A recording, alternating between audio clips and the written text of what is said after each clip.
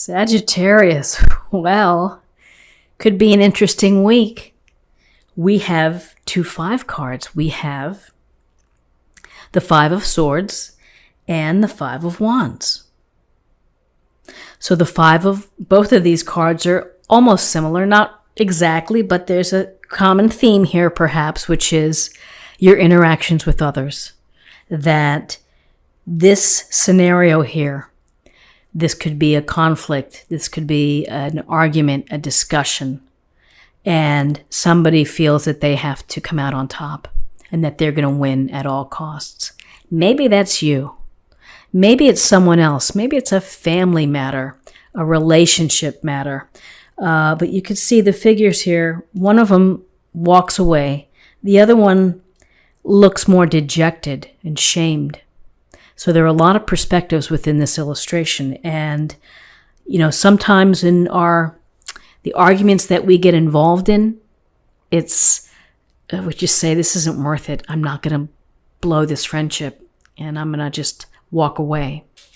Now, other times you feel very committed to coming out on top and to, making your point.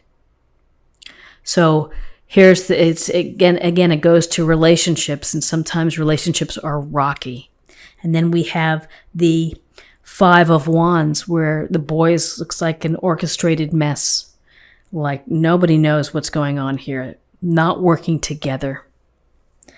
Again, ego can play a part, people positioning for power or for, to make the most out of something, to take charge.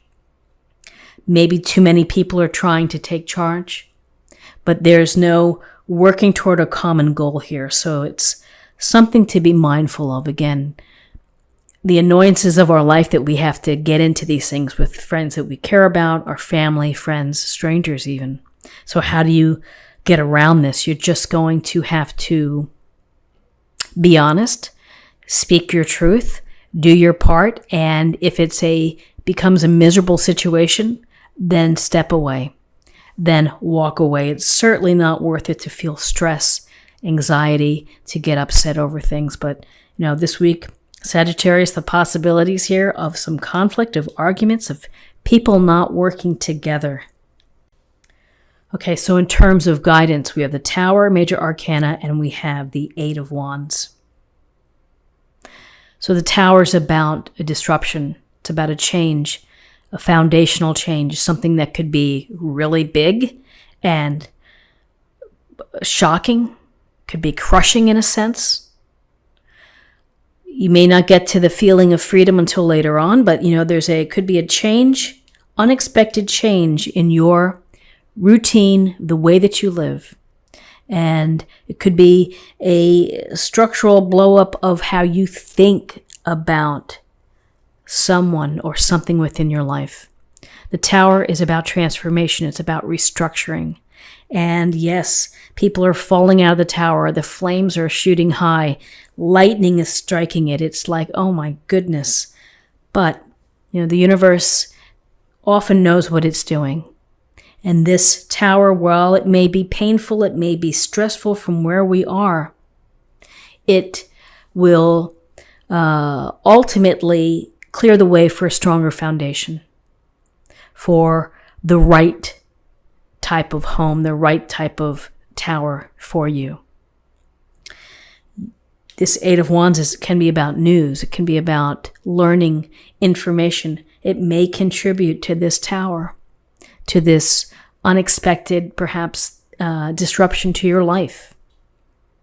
It's a matter of how we respond to the Tower, that we absorb the hit, we absorb the shock, and then we move forward. We find a way to move forward. This 8 of Wands also goes to communication and the idea that things are moving quickly. You may feel very busy this week. This Tower could be a disruption of a friendship, the loss of a friendship. With the 8 of Wands, pay attention to how you communicate. Be clear in your messages, however you communicate with your friends or your family or at the office. Pay close attention this week to how you communicate. So, what's interesting about the Eight of Wands is that it's about projects too, the activities. We're constantly sending our projects up, these wands up in the air, and then some finish and come back down to earth. As a result of this, you may have new things coming in. You may be approaching new projects or new paths as a result of this. Oh my gosh. Well, we have the Devil, major arcana, and we have Death, major arcana. So something definitely is ending. Let's just put that right out there. The devil, the devil is our limiting behaviors. It can be obsession, sexual shenanigans, impulsivity, lying, and excess materialism. It's what we do to send us off path. It limits our best self. It could also be this sense of a destructive energy. And then here's the Death card, the endings in life, the cycle of life, beginnings and endings. We have our life cycle, and then boom, it ends. Something new comes in its place. So what we really see, Sagittarius, is we see the finality. We're seeing the ending here. But again, you have to put things in perspective. You may be having a sense of shock. A relationship may have changed dramatically. A way that you've lived has changed dramatically. Perhaps your own actions have, that you have to examine and look more carefully. It could be, again, another toxic energy coming in, and then we have Death right under the Tower. An ending. And with endings, what do we have? We have opportunities for new beginnings, for fresh starts, for cleaning away the debris, cleaning away perhaps these situations here. I would say one day at a time, and how you approach things. And the universe guides us, and pay close attention that we're powerful and we can do anything. We can cope with whatever life brings us. And it may not look like it, but this is really going to serve you and going to put you in a better place. So let's take a look at the oracle cards and get a sense of an affirmation, meditation point for the week. You are seeing this situation accurately. Horus. And I would say that sometimes knowing the truth and seeing things accurately can cause shakeups, can cause turmoil, can cause, reality to set in. And then the wheels, the snowball effect happens.